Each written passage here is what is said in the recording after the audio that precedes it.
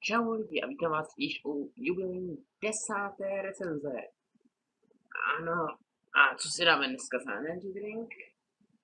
Energy drink, který se jmenuje Imola. Je to půl litr. Takovéhle plastové flašce, červeným víčkem. Jo, mimochodem vím, že už delší dobu nebyla recenze, asi před týdnem, ale prostě není čas. Co vám k tomu mám říct? Takže nalijeme do sklenice.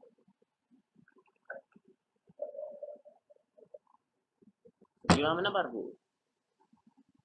Barva je taková píše do hněda.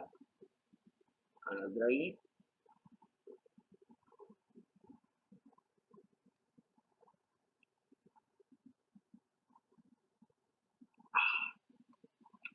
A jo. Sladký energy drink.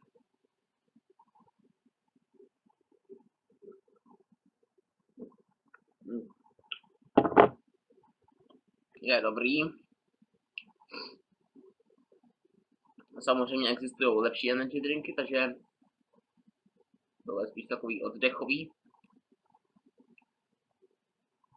Takže bych mu dal 4 z 5. No a to bude asi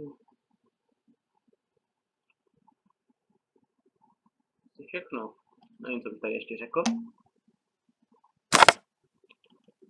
Další recenze bude zase někdy v týdnu, prostě nevím, nestíhám teďka dělat recenze moc. Proto se omlouvám. No a to bude asi pro dnešek vše.